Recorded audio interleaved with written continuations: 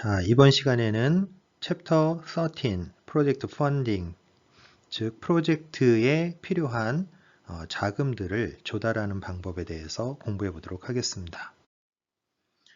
자, 20개의 주제 중에 13번째 주제이네요. 13.1 Money, a Basic Resource라는 제목을 가지고 있는데요. 13.1에서 이야기하는 주요 내용은 기본적으로 자금이라고 하는 이 머니 역시 건설을 위한 기본적인 아주 중요한 자원이라는 이야기를 하고 있습니다. 일반적으로 건설에서 자원을 얘기를 하면 머신, 장비 부분이죠. 그리고 맨파워, 인력 부분이고 머추리얼, 자재 부분입니다. 그래서 공교롭게도 이 단어들이 모두 M으로 시작을 하고 있죠. 그래서 3M's 해가지고 필요한 자원을 줄여가지고 얘기를 하는데 여기에 추가적으로 또 하나의 자원이 필요한데 그것이 바로 머니라고 하는 부분이라는 거죠. 그래서 이 머니는 자금이라고 우리가 번역을 할 수 있겠고 이 자금을 포함을 해서 총 4개의 M으로 구성된 리소스를 정의할 수 있다. 그래서 4Ms가 된 겁니다. 그래서 4Ms는 Money, Machine, Manpower, Material의 M 이니셜을 딴 거고요. 건설을 위한 아주 기본적인 자원들을 언급하고 있습니다. 그래서 이 중에서 이번 13장에서는 이 자금 부분에 대해서 어떻게 필요한 자금을 조달할 것인가 하는 주제를 가지고 이야기를 해보도록 하겠습니다. 자, 기본적으로 프로젝트 상에서 자금이 흘러다니는 플로우를 보면 자금의 소스는 아무래도 대출 기관이 되겠죠. 뭐 은행이나 그것도 뭐 투자은행, 상업은행, 보험사 여러 군데들이 있을 수 있겠고요. 그 대출 기관이 발주자를 통해서 주계약자에게 자금이 전달이 되고 그 돈이 하도급자에게 전달이 되는 이런 플로우를 가지고 필요한 프로젝트에 자금들이 이동을 하게 되겠습니다. 13.2에서는 Construction Financing Process라고 해서 건설을 위해서 필요한 재무적인 자원들을 어떻게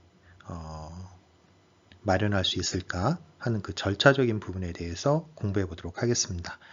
자, 기본적으로 건설을 위해서 필요한 자금은 크게 short-term, 즉 단기 자금과 long-term, 장기 자금으로 구별을 해볼 수 있겠어요.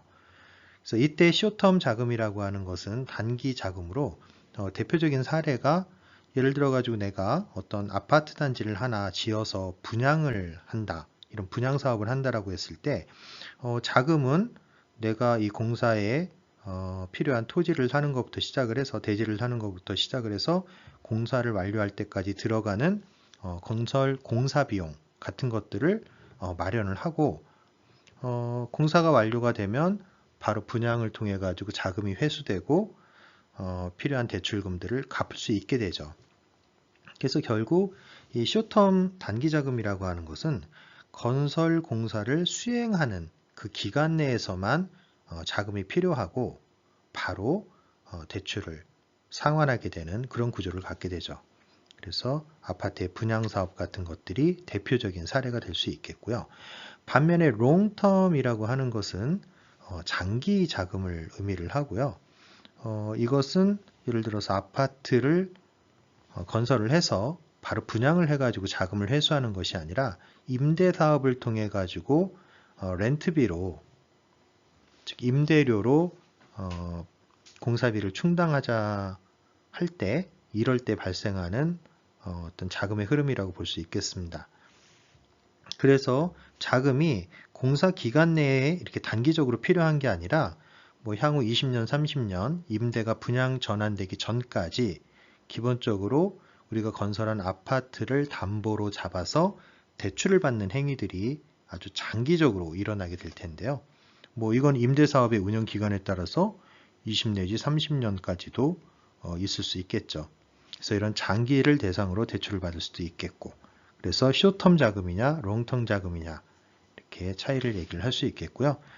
정리해서 얘기하면 단기 자금은 건설을 하기 위해서 공사를 하기 위해서 건설 기간 동안에 발생하는 단기 건설 자금 대출이 있을 수 있겠고 또 장기적으로는 완성된 그 부동산을 담보로 하는 부동산 담보대출 같은 것들이 있을 수 있겠습니다. 자, 이때 우리가 필요한 쇼텀이나 롱텀 자금들을 공급해주는 그 자금원으로서는 뭐 다양한 사례들이 있을 수 있는데요. 예를 들면 뭐 리츠 같은 리츠라고 하면 리얼 에스테이트 인베스트먼트 트러스트라고 해서 부동산에 투자를 하는 펀드들을 의미를 하죠. 그리고 투자은행이 있을 수 있고 또는 뭐 상업은행도 있을 수 있고 보험사 고객들로부터 받은 보험금을 돌려서 잘 운용을 해서 수익을 마련하려고 하는 보험사들도 투자를 할 수 있겠고요. 뭐 정부기관이나 또는 세계개발은행과 같은 원조자금을 운영을 하는 그런 곳들도 우리가 필요한 쇼텀, 롱텀 자금들을 마련해주는 그 소스로서 활용이 될 수 있습니다. 자, 이러한 대출을 받기 위해서는 론 어플리케이션에 불리는 대출 신청서를 작성을 해야 되는데요. 이 대출 신청서 안에는 여러 가지 첨부 자료들이 포함이 되게 되겠고요. 그것들을 좀 나열을 해보면 일단 프로젝트를 수행하고 있는 기업의 재무제표 필수적이겠죠. 그리고 그 기업의 대표를 맡고 있는 개인의 개인적인 재무제표 역시 포함이 됩니다. 그리고 우리가 어떤 부동산을 완공을 하고 또는 어떤 뭐 대지를 대상으로 토지를 대상으로 사업을 하고 있다라고 하면 그런 부동산과 관련된 등기권리증도 대출 서류에 포함이 되겠죠. 그리고 우리가 건설하려고 하는 건설물 또는 뭐 구조물의 인면도나 정면도와 같은 어떤 설계 도면이 포함이 될 수 있겠습니다. 그리고 우리가 이 프로젝트를 수행함에 있어서 기간별로 소요가 예측되는 비용의 추정치 같은 것들도 역시 포함이 되고요. 그리고 향후 이렇게 이 프로젝트에 비용을 갖다가 투입한다고 했을 때 이거에 대한 대가로서 수입이 발생을 할 수 있을 텐데요. 그렇게 예상되는 수입이 얼마가 될지 하는 것들을 검증할 수 있는, 즉 대출자 입장에서 자금을 제공하는 사람 입장에서 이 예상 수입이 충분히 이룰 수 있겠다라는 것을 검증할 수 있는 시정조사 결과 같은 것들도 대출 신청서에 포함될 수 있겠습니다. 그리고 여러 가지 이제 견적들을 포함을 해서 프로젝트에 들어가는 총 비용과 지출, 그리고 이런 것들을 통합한 프로젝트의 현금 흐름, 이 모든 것이 대출의 첨부 서류로서 포함될 수 있습니다. 그래서 이러한 서류들을 종합적으로 판단을 해서 대출을 해줘야겠다, 말아야겠다 이런 것들이 판단 가능하겠죠. 13.3에서는 Long-Term Pro Forma Example이니까 장기적으로 우리가 대출을 받는다라고 했을 때 그 대출을 받는 어떤 사례에 대해서 케이스 스터디를 보여주고 있습니다. 자, 이 예제에서는 장기 자금을 대출을 하려고 하는데요. 롱텀 75채의 아파트를 건설을 해가지고 그 아파트를 임대를 줘서 임대료를 받아가지고 이 프로젝트의 원금을 충당하려고 하는 그런 프로젝트입니다. 그리고 필요한 총 대출금은 242만 2천 달러로 계획이 되어 있어요. 자, 어떤 상황인지 한번 자세히 읽어보면 여기 보면 첫 번째 케이스가 55 2베드룸 타입이 있는데요. 이 2베드룸 타입이 총 55채가 있다라는 의미입니다. 자, 그런데 이 2베드룸 케이스에는 면적이 1167 스퀘어 피트이고요. 한 채당. 그리고 임대료가 스퀘어 피트당 평균 41센트 정도 된다라고 합니다. 시장조사의 결과겠죠. 그래서 총 면적의 41센트, 즉 0.41달러를 곱해보면 한 달에 받을 수 있는 임대료가 478.47달러로 계산이 되겠고요. 이걸 대략적으로 480달러 정도라고 근사치를 뽑은 거고요. 이런 집이 55채 있다라고 얘기를 했으니까 곱하기 55를 하면 26,400달러가 계산이 되는데 이 이야기는 결국 투 베드 타입 55채에 대한 월 임대 수입을 종합하면 그것이 26,400달러다라고 추정하고 있는 겁니다. 자, 그리고 3베드룸 타입도 있는데요. 그러니까 침실이 3개 있는 구조인 것 같죠. 그런 게 20채가 있다라고 합니다. 근데 얘는 면적이 조금 더 넓네요. 1555 스퀘어 피트이고요. 3베드룸 타입은 평균 임대료가 스퀘어 피트당 조금 더 저렴해서 37.3센트, 즉 0.373달러 정도 된다고 합니다. 그래서 두 개를 곱해보면 대략 580달러, 즉 한 달 임대료가 580달러 정도가 되고요. 그런 것이 20채가 있기 때문에 곱하기 20을 해주면 3베드룸 타입의 20채에 대한 월 임대 수입은 11,600달러로 추정될 수 있습니다. 자, 다음에 토탈 먼스리 인컴은 두 개의 값을 더한 거죠. 그래서 26,400하고 11,600을 더하니까 38,000이라고 하는 월 임대 수입의 총액이 계산이 됩니다. 자, 그리고 기타 수익이 있을 수 있는데요.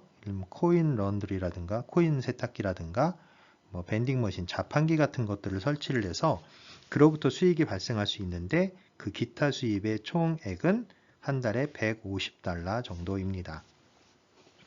그래서 임대 수익과 기타 수입을 포함해서 얻을 수 있는 총 월 수입은 38,150달러가 되겠고요. 자, 이것이 1년은 12달이기 때문에 12를 곱해주면 총 연수입 457,800달러를 구할 수가 있겠습니다. 자, 그런데 이 아파트 75채가 항상 임대가 나가 있는 건 아니겠죠. 중간에 공실이 발생할 수 있는데 평균적으로 과거의 경험을 통해서 히스토리 데이터를 이용을 해서 추정을 해봤더니 공실의 비율이 대략 5% 정도 된다라는 거예요. 그래서 공실로 인한 수익 감소 부분을 따져줘야 되는데 457,800달러에 0.05를 곱해서 22,890달러만큼 수입이 감소한다라고 예상을 하고 있습니다. 따라서 이 공실만큼을 임대 수입을 줄여보면 조정된 총 연수입이 개선될 수 있는데 그 금액은 43만 4,910달러가 되겠습니다. 자, 그런데 이 아파트를 운영하기 위해서는 뭐 인건비도 들어갈 테고 전기세도 들어갈 테고 물세도 들어갈 테고 어쨌든 렌트비에 대해서 약 29.45%가 임대 수입 중에 29.45%가 비용으로서 발생을 한다라는 거예요. 그 운영비를 따져보면 43만 9천 434910 곱하기 29.45%에서 12만 8,080달러가 계산이 되겠고요. 이게 위에 총 연수입으로 한 걸까요? 조정된 연수입으로 한 걸까요? 한번 계산해 볼게요.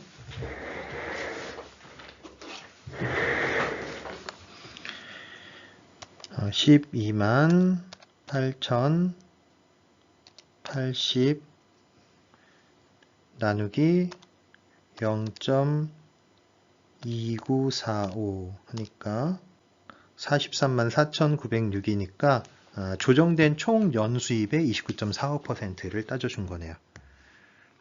자, 여기 보면 요 놈의 29.45%에서 요 금액이 나오게 된 겁니다.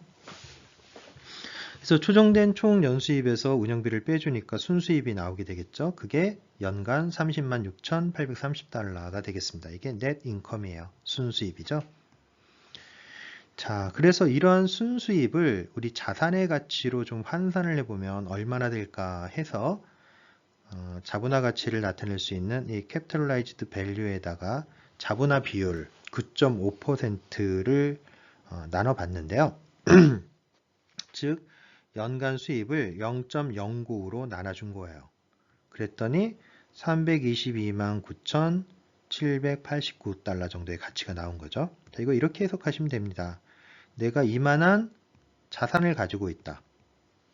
그런데 이 자산의 수익률은 9.5% 정도가 된다. 그러면 연간 총수입은 얼마나 될까? 그래서 자산에다가 수익률을 곱하면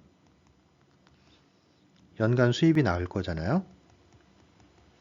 자, 이 산식이 어떻게 된 거냐 하면 3, 2, 2, 9, 7, 8, 9고요. 얘가 0.0959고요. 연수입이 306, 830 이런 관계에 있는 겁니다. 그래서 처음 케이스에서는 연간 수입과 수익률을 알고 있었기 때문에 306,830을 0.09로 나눠줘서 우리가 원하는 322만9,789라는 자산의 가치를 얻었던 거죠. 그래서 이 말은 결국 30만 6,830달러 정도를 얻으려면 그 놈의 자산 가치는 대략 322만 9,789 정도가 된다. 왜냐하면 322만 9,789라는 자산을 연간 9.5%의 수익률로 운영을 하면 그게 30만 6,830이라는 연간 수입이 되기 때문에 그런 거죠. 그래서 이런 컨셉이 바로 자본화 가치라고 하는 컨셉이고요. 어찌되었든 이 프로젝트의 가치가 대략 322만 9천 달러 정도 된다라고 해석을 할 수 있겠습니다.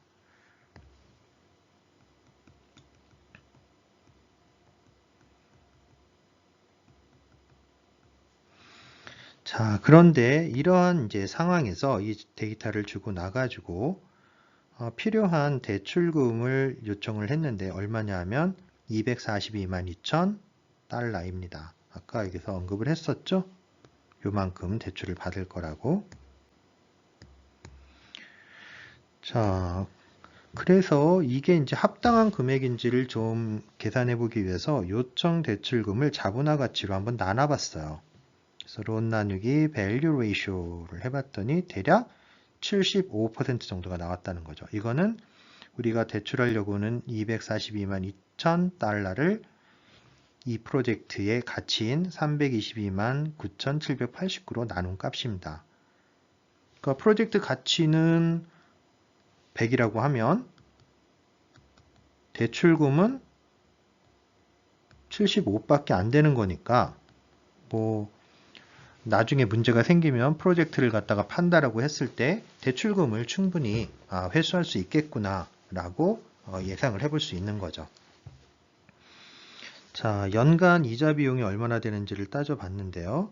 9.75% 컨스탄트라고 하는 부분 이게 뭐냐면 대출 이자율을 언급을 하고 있는 겁니다. 그래서 우리가 대출 받으려고 하는 242만 2천 달러에 0.0975 이자율을 곱하면 매년 우리가 지급해야 되는 연간 이자액을 계산할 수 있고요. 그게 바로 연이자 비용입니다. 자, 그 다음에는 Debt Service Coverage Ratio라는 게 있는데요. 이것은 연간 순수입을 연 이자 비용으로 나눈 값입니다. 그래서 1년에 우리가 얻을 수 있는 순수입은 30만 6,830달러였고요.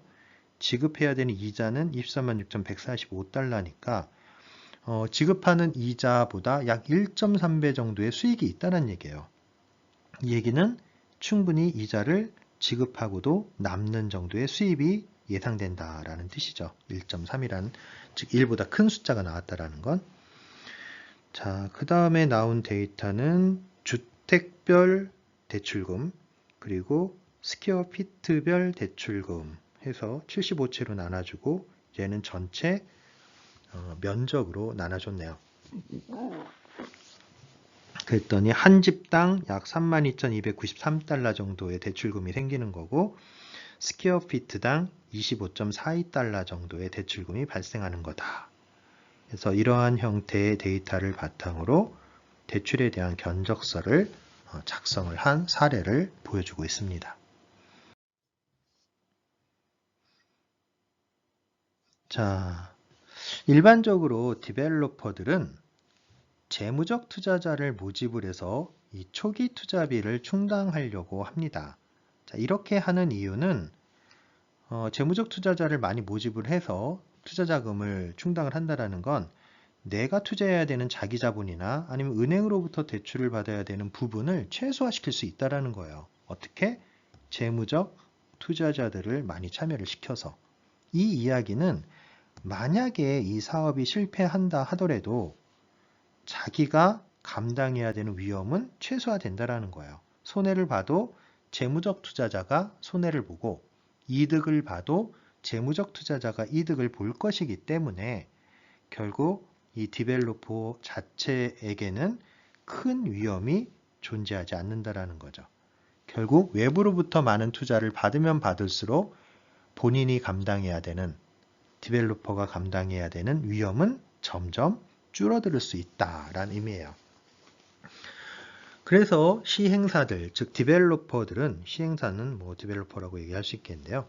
최소한의 자기 부담으로 최대의 사업 자금을 마련하려고 노력을 합니다. 결국 이러한 현상을 레버리지라고 부르는데요. 금융에서 레버리지라는, 우리나라 말로 하면 원래 지렛대잖아요. 지렛대 이렇게 쓰나요? 지렛대의 의미인데 금융에서 이 레버리지라는 단어가 쓰일 때는 차입 자본 활용이라는 의미로 사용이 됩니다. 즉 소액의 착수금을 투자해서 고수익을 노리는 것. 그러니까 프로젝트 자체는 굉장히 크지만 그 중에서 거의 대부분의 자금은 외부 투자자들로부터 돈을 마련하고 본인이 직접 투자하는 것은 크지 않게. 뭐 이런 것들이죠. 그래서 결국 small amount를, 작은 금액을 large amount로 leverage 또는 amplifier 시킨다라고 얘기를 하는데 결국 증폭을 시켜서 작은 투자 자금을 큰 자금으로 만드는, 이런 걸 잘하는 것이 성공하는 디벨로퍼의 기본적인 자질이라고 볼 수 있는 것이죠. 그래서 조금 전에 그 75채 아파트를 짓는 사업들을 봤더니 오른쪽에 있는 데이터들을 보면 이게 이제 각 공정별로 들어가는 비용들입니다. 크게 지금 뭐 컨스트럭션 비용이랑 난 컨스트럭션 코스트 해가지고 나눠놨는데 썸이 242만 2천 달러였다라는 거죠. 자, 이 얘기는 우리가 앞에서 요청한 대출금이 242만 2천 달러였잖아요. 결국 이게 실현이 된다라고 하면 디벨로퍼 입장에서는 어떻습니까? 자기 자본을 영원 투자하고 이 프로젝트를 한다라는 거예요. 결국 남의 돈을 빌어서 프로젝트를 진행하겠다. 자기 자본 투자 하나도 없이 이것과 같은 의미가 되는 거죠. 결국 이게 실현이 된다라면 디벨로퍼가 감당해야 되는 리스크는 전혀 없는 거가 되는 거죠. 꽃놀이패라고 볼 수 있겠습니다.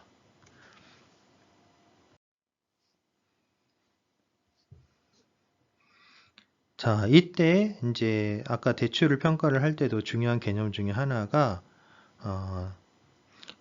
프로젝트의 경제적 가치를 갖다가 구하는 건데요. 결국 이 프로젝트가 얼마나 가치가 있느냐에 따라 가지고 대출 금액을 결정을 해야 되니까. 그래서 대출금은 프로젝트의 경제적 가치, 예를 들면 앞쪽에서 연간 임대 수입 같은 개념이죠. 그리고 자본 수익률, 즉 연간 임대 수입을 나누기 0.09를 했었는데 이 자본화 비율이라고 하는 것에 의해서 결정이 될 수 있다는 겁니다. 그래서 특정한 프로젝트의 economic value, 경제적 가치라고 하는 것은 net income을, 수입을 자본화 비율로 나눈 것이다 라고 볼 수 있는 것이죠. 그래서 연간 수입이 예를 들어서 1억이고 캐피탈라이제이션 레이트이 한 10% 된다라고 하면 결국 이 자산은 10억 원의 가치가 있다라고 얘기할 수 있는 거고, 10억 원의 가치가 있는 자산이 10%로 운영이 되면 매년 1억의 수익을 낼 수 있는 것이다 라고 해석할 수 있는 거죠. 역으로 1년에 1억의 수익을 낼 수 있으면 10% 자본화 비율을 이용해서 해보면 자산의 가치는 10억이다 라고 얘기할 수 있는 거죠. 서로 왔다 갔다 할 수 있는 겁니다. 자, 그래서 결국 이 자본 수익률 또는 자본화 비율이라고 하는 이 컨셉을 어떻게 잡느냐에 따라서 자산의 가치가 확 달라질 수 있잖아요. 그래서 적절한 수준의 자본 수익률을 계산을 해야 되는데요. 자, 자본 수익률을 계산하는 방법 중에 가장 일반적인 방법은 초기 투자 분담 내역에 따라서 가중평균을 이용을 해가지고 자본 수익률을 계산하는 방법입니다. 자, 예를 들어서 이 프로젝트에 필요한 초기 투자비를 마련하기 위해서 대출자로부터, 즉 타인자본으로 75%의 비용을 충당하고 디벨로퍼가 본인의 자본을 25% 정도 투자했다라고 가정을 하고 대출 이자율은 이때 8.5%였고 디벨로퍼의 자본 수익률, 즉 최소 요구 수익률은 12%였다 라고 가정을 하면 이 이야기는 이 디벨로퍼가 지금까지 평균적으로 어떤 프로젝트에 투자를 하면 평균적으로 대략 12% 정도의 연간 수익은 얻어냈다 라고 해석할 수 있는 겁니다. 그래서 75%에 대해서는 8.5%의 대출이자를 충당해야 되고 나머지 25%에 대해서는 12%의 수익을 충당해야 되니까 이 두 개를 각각 곱해서 합산을 하면 가중평균이 나오겠죠. 산식은 이렇게 생긴 겁니다. 8.5 곱하기 75% 그리고 12% 곱하기 25% 그래서 9.375%가 나온다라고 하면 이 9.375%를 뭘로 쓸 수 있다? 자본 수익률 또는 자본화 비율로 활용할 수 있다 라고 이야기하고 있는 것입니다. 자, 그리고 기본적으로 이 렌더, 돈을 빌려주는 사람과 디벨로퍼, 돈이 필요한 사람 사이에는 대출을 중개해주는 브로커들이 있습니다.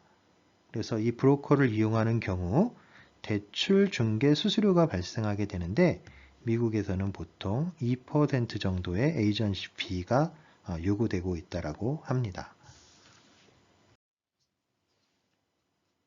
자, 13.4에서는 모기지 론 커미트먼트, 즉 담보 대출에 대해서 언급을 하고 있는데요.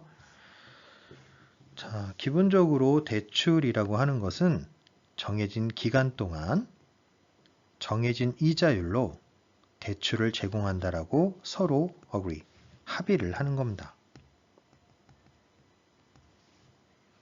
그리고 보통의 경우에는 이 장기 대출금에는 그 사이에 시장의 변동성이 좀 존재할 수 있기 때문에 이자율을 정의를 할 때 이 이자율을 특정한 하나의 상수값으로 결정하지 않고요. 상한선과 하한선을 정의를 해서 시장의 변동에 따라 가지고 예를 들면 뭐 인플레이션이 변한다거나 시장의 수익률이 변한다든가 하면은 이자율을 조정하면서 대출에 대한 이자를 상환하게 된다라는 겁니다.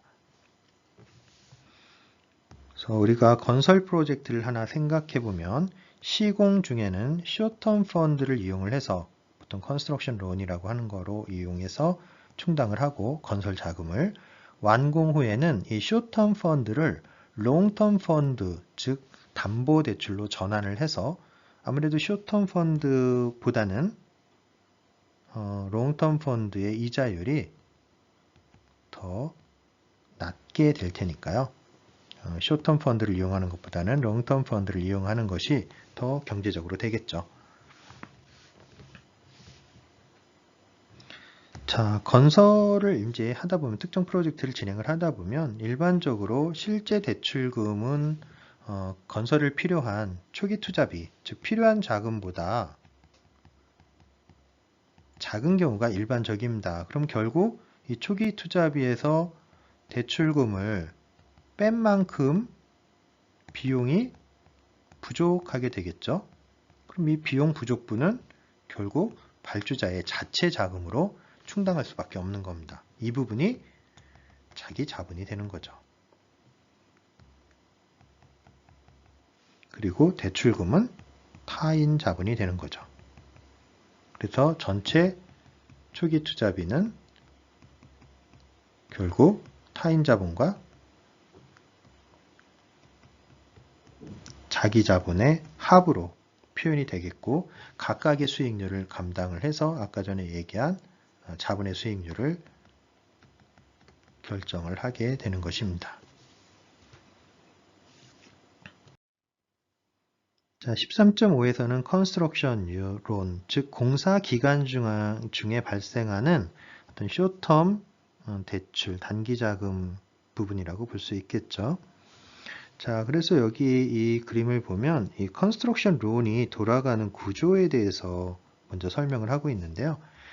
자, 기본적으로 시공사는 건설을 진행을 하면서 본인들의 공사 실적, 즉 기성을 시행사에게 제출을 하게 됩니다. 디벨로퍼죠. 그러면 이 시행사는 시공사의 공사 실적을 검증을 하고 잘 되었다라고 하면 은행에 지급을 요청을 하게 됩니다. 그러면 은행은 이 진도에 맞춰 가지고 리테이니지 지불 유예금을 제외하고 나머지 부분을 시공사에게 제출을 하게 되는 거죠. 그래서 끊임없이 이 사이클이 반복이 되면서 은행에서 대출이 계속해서 실행이 되는 그런 구조를 가지고 있습니다. 자, 오른쪽에 있는 그림을 보면 전체 돈이 필요한 기간을 컨스트럭션 피리어드와 퍼머넌트 파이낸싱 쪽으로 구별을 해놓고 있는데요. 이 기간은 공사 중 단기 자금이 필요한 컨스트럭션 론 부분과 준공 후에 장기 자금이 필요한 모기지 론 쪽으로 이렇게 구별을 해놓은 겁니다. 그래서 공사 중에 단기 자금에 대해서는 먼저 퍼머넌트 모기지 론에 대해서 한 75에서 80% 정도를 컨스트럭션 론 형태로 은행으로부터 대출을 받습니다. 그래도 자금이 좀 모질나겠죠. 그러면 뒤쪽에서 얘기하는 갭에 대해서 한 80에서 75% 정도를 또 외부로부터 조달을 해야 되는데 바로 이 부분이죠. 자, 이 부분은 갭 파이낸싱이라고 해서 디벨로퍼가 별도로 조달해야 되는 부분을 얘기를 합니다. 자, 앞서의 어법으로 얘기를 하면 이 부분이 자기 자본 형태가 되는 거고요. 이 부분이 타인 자본 형태가 되는 것이겠죠. 자, 그리고 이게 이제 단기 자금이 장기 자금으로 넘어가게 되면 전체적으로 담보대출금을 산정을 하는데 담보대출금이 가능한 하한선과 상한선을 이렇게 지정을 합니다. 그리고 그 시공사, 이 프로젝트를 시공사는 아니긴 시행사, 이 프로젝트의 주체가 되는 이 디벨로퍼의 신용도에 따라서 모기지론이 실행이 되는데 어디부터 어디? 이 하한선과 상한선 사이 어떤 값만큼이 대출이 가능하게 되는 거죠. 이때 이 실링과 플로어, 즉 담보대출금의 상한선과 하한선의 차이를 우리가 갭이라고 얘기를 하고요. 이 갭의 한 75에서 80% 정도를 디벨로퍼가 직접 조달을 해야 되는 금액이다라고 이 그림에서는 서술을 하고 있는 것입니다. 자, 공사 중 단기 자금에 대해서 이제 실제 이 대출이 집행이 되는 과정을 한번 살펴보면, 자, 여기 있는 이 그래프에서 가로축은 construction accepted as complete니까 준공이 된 실적을 갖다가 보여주고 있는 거고요. 그때 드로우 넘버는 대출 차수들을 한 번에 다 대출금이 집행되는 것이 아니라 몇 번에 나누어서 이 그림에서는 한 번, 두 번, 세 번, 네 번, 다섯 번에 나누어서 대출금이 지급되고 있는 것을 보여주고 있습니다. 그래서 여기 보면 파운데이션 컴플리트 기초공사 끝나고요. 프레임 골조 공사, 그리고 여기는 이제 빌딩 공사, 그러니까 내부 쪽이네요. 그리고 여기는 메카니컬, 뭐 설비 공사 같은 것들, 그리고 여기는 완전히 이제 준공이겠죠. 퍼머넌트 파이낸싱 비긴이 되는 시점이니까. 그래서 전체 대출금 중에 기초공사가 끝나면 여기까지 집행해 주고요.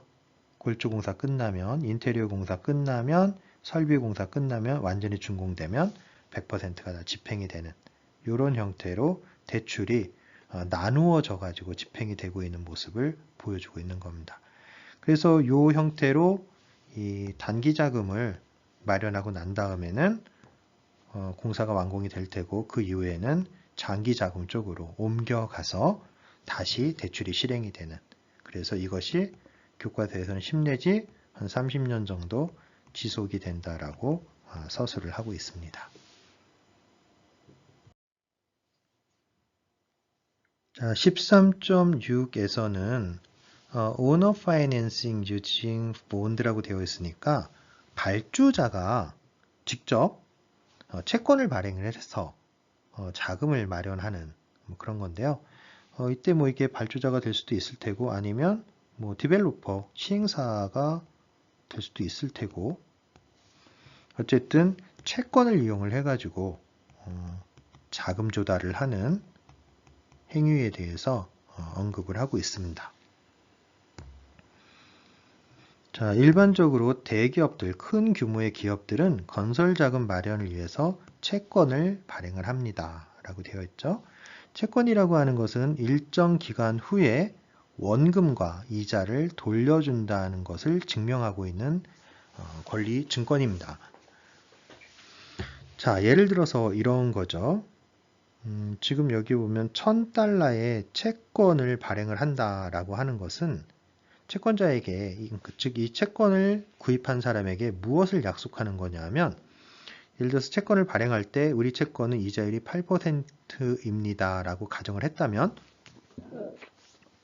그리고 만기는 10년입니다 라고 이야기를 했다라고 하면 매년 원금 $1000에 대한 8%의 이자를 지급을 하겠다라고 약속을 한 거예요. 그래서 여기 보면 매년 어떻습니까? 여기까지 포함을 해서 $80의 이자를 지급을 하고 있죠. 이 채권을 가진 사람한테. 그리고 더불어 10년이 지나면 원금을 되돌려주는 겁니다.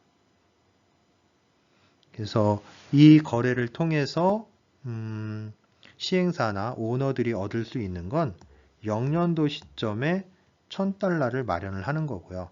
그거에 대한 대가로 1년차부터 10년차까지 매년 $80의 이자를 지급을 하고 10년이 지난 다음에 원금을 지급을 하는.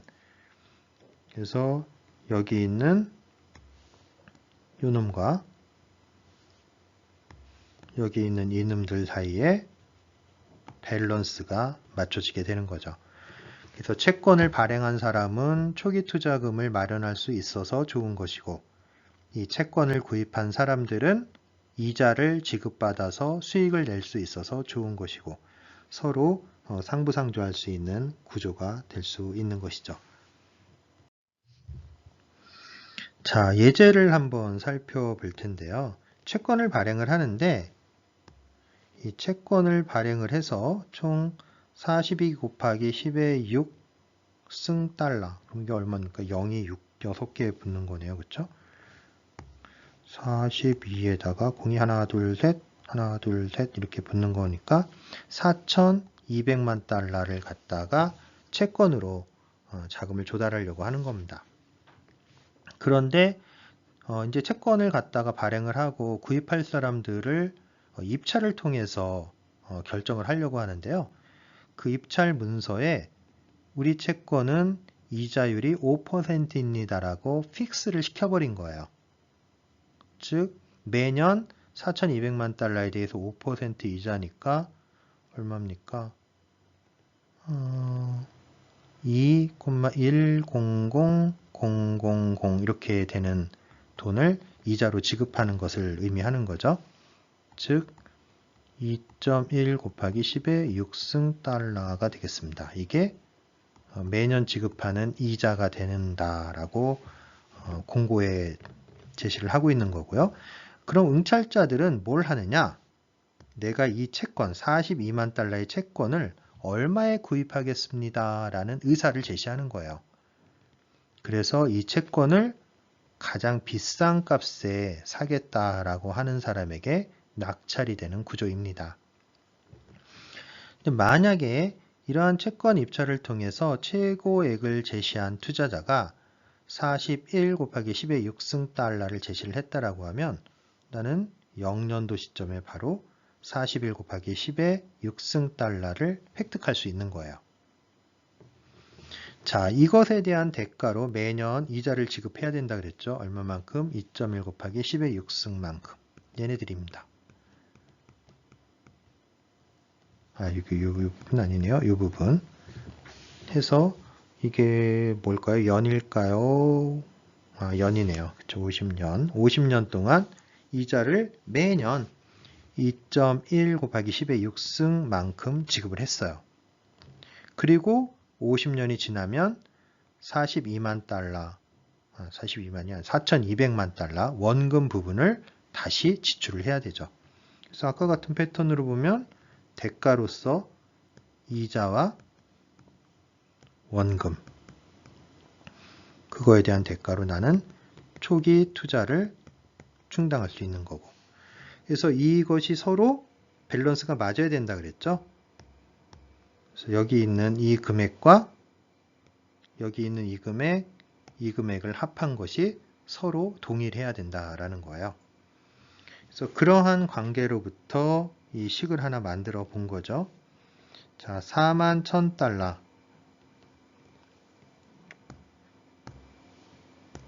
자, 여기 있는 요 금액이 이렇게 온 거죠. 0년도 시점에 4,100만 달러는 210만 달러의 PAI의 50년이니까 얘를 갖다가 현재 가치화 시킨 거예요. 얘는 이미 현재 가치죠. 왜냐하면 0년에 존재하는 돈이니까. 그리고 얘는 4,200만 달러 곱하기 PFI의 50년이니까 뭘 한 거예요? 얘를 현재 가치화한 거죠. 자, 그런데 이자율 I를 지금 뭘로 했어요? 미지수로 해서 여기 등식이 하나가 있는 거를 만들어낸 거죠. 그러면 왼쪽에 있는 이 좌변과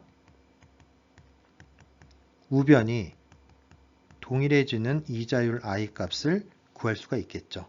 그걸 I 스타라고 한다면 여기 구해봤더니 5.15%를 적용을 하면 좌변과 우변 값이 동일해진다는 거예요.